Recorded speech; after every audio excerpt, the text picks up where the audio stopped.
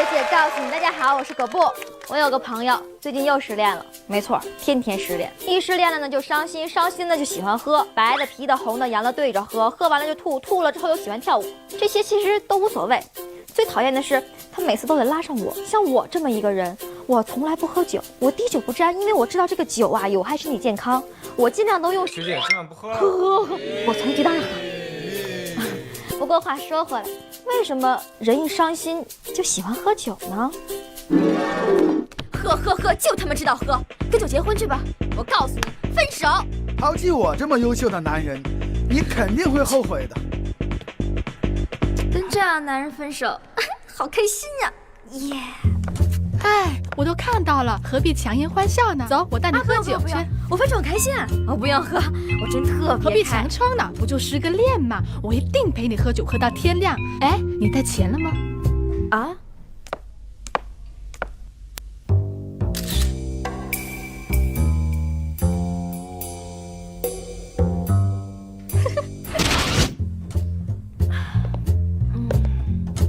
失恋真伤神，别再想他了好吗？我没有伤心，我很快乐呀。哎，别装了，今天晚上没带饭钱，走，我们晚上喝酒去。可是我……没事儿，但金钱不够是吗？我给你留好公交车钱呀，走吧，走吧。还要喝？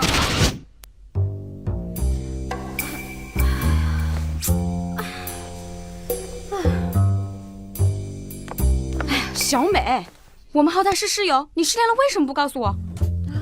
我还记得当时我和男友分手的时候，也是这样伤心欲绝。我不是因为伤心我才喝，我不要担心，我们一起疗伤吧。来，尽情的喝啊！还喝啊！我后悔了，我要跟你和好。先把这2个喝了。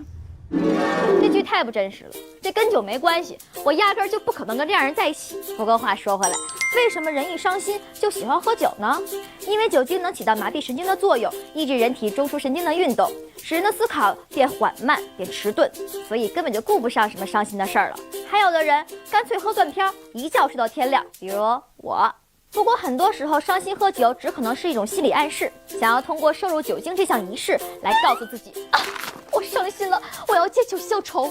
通过这种心理暗示呢，来缓解心中的郁闷跟烦闷。酒呢虽然能够解忧，但是很伤身体的。学姐用自身的经历告诉大家，酒真的不是好东西。你们以为我的肚子是哪儿来的？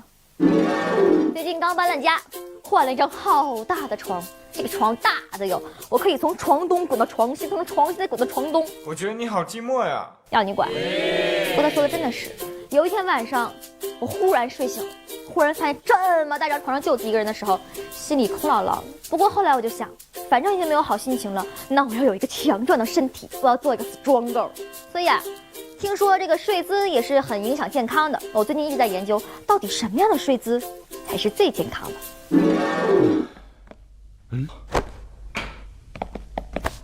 这是传说中的凶案现场吗？我帮姐做了3年，整整3年啊！终于轮到我们宾馆发生命案了。我要破获这起凶杀的案，成为家喻户晓的名侦探。从这根头发的长度可以判断，死者应该是一名女性。桌上的牛排还在微微发热，所以案发时间应该是半个小时以前。牛排是谁呢？到底是谁呢？是谁？是谁？是谁？是谁？是谁？是谁？哦，凶手就是你！哼，你说什么？客人昨天投诉过，说你做的牛排太难吃了，一定是你知道之后怀恨在心杀了他。我纵横厨房30年，从来就没有人不投诉我，我已经心如止水了。也是，不然你怎么杀得过来呢？门锁弄完好了，说明凶手是顺利进入房间的。能够自由进入这个房间的人，除了被害者和我，还有第3个人。是谁呢？是谁呢？是谁？是谁？是谁？是谁？谁？究竟是谁？哦，凶手就是你！吵什么吵？房间打扫好了没有？不要用工作来展开话题。昨天你对那女客人不停地抛媚眼，客人一直没有回应你，所以你一定是求爱被拒，所以起了杀心。她拒绝我，难道有那么可笑吗？信不信我现在就开除你？我怎么会怀疑领导呢？真是可笑！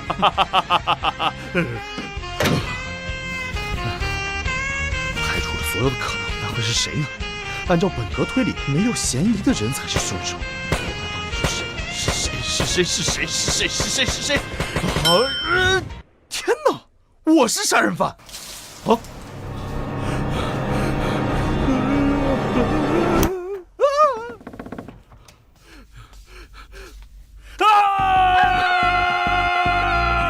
你不是死了吗？你在我房间干嘛？这不是凶案现场吗？我这是为了提醒自己保持健康的睡姿。你连这都不懂，真没见识。出去！我还是安心干我的保洁吧。那到底什么样的睡姿才是最健康的呢？人的睡姿无非分躺着、趴着、侧右、侧左。那么躺着呢，是最被普遍认为是健康的，因为平躺睡觉是最简单的，而且还可以最大程度的放松你的脊椎，而且还可以减轻皱纹以及保持自信的胸部。但是还是要因体施睡的，比如说经常打鼾的就不要躺着睡，胃有反流的就不要侧右睡，那么心脏不好的就不要左侧睡。而趴着是被公认为最不健康的，因为它可能会导致你的背部和脊椎的疼痛，而且还会增加皱纹，最重要的可能会使你的胸部下垂。不过我认为，假如我身边睡的是吴彦祖，怎么睡都是健康的。别做梦了。王思聪一些。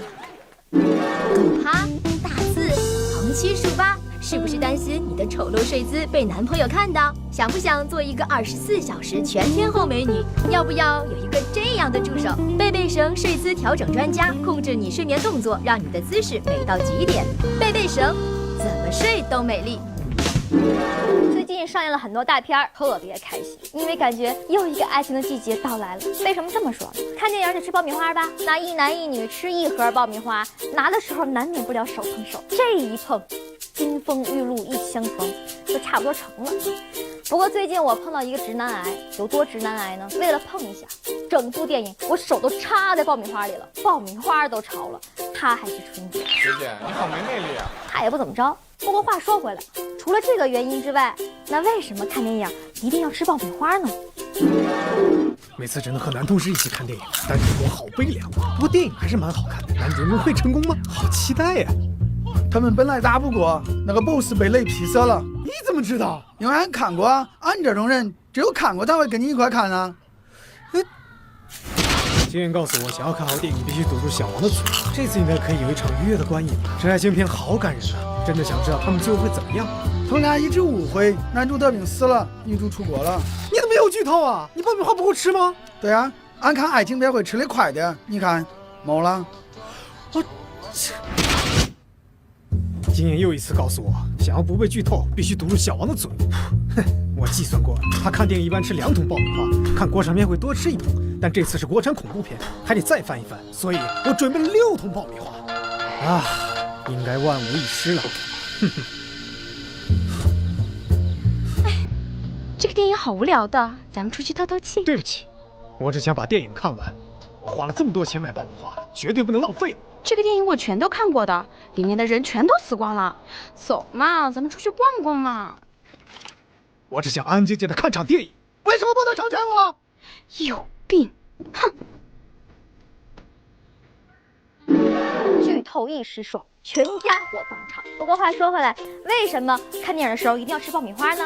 其实大萧条之前的美国电影院的定位是高档娱乐场所，类似于今天的大剧院的感觉。那时的电影院经营者其实不希望顾客在街道上买低档的爆米花，但是大萧条的冲击使得很多高档电影院都倒闭了，那剩下的电影院不得不降低票价。这时他们发现可以靠卖零食的办法来赚取利润，而那时的零食里，爆米花的利润是非常高的。玉米是美国主要粮食作物，价格非常便宜，又随处可见。电力驱动的爆米花机使得加工也很方便，因此电影院开始寻求以爆米花为主的盈利模式，二者的结合便从此开始了。而且我认为，在公共场合，你总不能吃泡椒凤爪跟韭菜盒子吧？这事儿你干得出来？你太不了解我了，我只吃烤冷面，而且吃爆米花没有声音，不会影响别人观影。最重要的是，电影院里只卖爆米花，我也没得选择。好了，以上就是本期血热的全部内容，我们下期再见。哎，终于录完节目了，好开心呀！有事吗？一起吃饭吧。有事儿，但什么事儿来着？哦，那算了。等，嫂，吃饭。这在哪儿啊？小妹子怎么还没来啊？我提前做了计划，我拿个小本把每一笔账全都记下来。让我们来看一看我这钱到底花在哪儿了。10月2号，请领导吃饭，估计也是白吃了。10月4号，送客户一套化妆品未报销。10月5号，参加婚礼。10月6号，参加婚礼。10月7号。还是参加婚礼，我就在好奇呀，我这份子钱到底什么时候能收回来？这辈子都收不回来了。那你结婚不要叫我哟。其实这不是让我最痛心的，最痛心的是10月7号那场，新娘特别深情地拉着我的手说：“学姐，你一定没有结过婚，所以不懂。你不知道我现在心里好乱，好焦虑，心里面总是觉得缺了点什么东西。要不然你替我结吧。”好呀。那你脱了吧，婚纱给我，房子给我，车给我，我一定会好好对待你老公的。其实我真的是特别不理解，这为什么有的人会有婚前恐惧症呢？亲爱的，嫁给我好吗？嫁给他，嫁给他，嫁给他，嫁给他，嫁给他，嫁给他。你结婚那天我没有事，份子钱你就背上了。儿媳啊，得生个大帮小子啊！就是生不出怎么说呢？什么叫生不出儿子？我们家姑娘哪儿都好，生儿子，你们家儿子房够大吗？想生儿子，买房。孩子我们可以自己带嘛。对，长大一定让他上清华。上什么清华？上清华以后只能卖猪肉，还是得上蓝翔，学个好技术啊！对。上清华，上蓝翔，上清华，上蓝翔，上清华，上蓝翔，清华，蓝翔，清华，蓝翔。清华蓝翔，爸，别给孩子那么大压力，对不对？小丽啊，我给你放10天假，你们啊好好出去玩一玩，把这些什么烦恼都忘掉啊！还是老板对我好啊！哎，回来之后啊加倍补上就行了嘛！啊，哈哈哈哈！要不，我还是拒绝你吧。好啊。那为什么有的人会有婚前恐惧症呢？2008年的时候，某家门户网站在全国6000对适婚青年联中做了这个调查，其中61.8%的人表示自己可能患有了所谓的婚前恐惧症。那么在这些恐婚族当中，男性占了64.2%，这个理所当然呀，因为男人往往在婚后要承担更大的压力。也可以吃软饭啊。那也看老天赏不上你这个脸了呀，你就不行。而且很多人在结婚之前认为婚姻只是一件美好幸福的事情，感觉王子跟公主终于幸福的生活在一起了。可是事实上呢，真正到结婚这一刻的时候，人们才发现，除了这些之外，我们还要面对更残酷的东西。直白的说，买车、买房、养孩子，如何对付丈母娘，那这些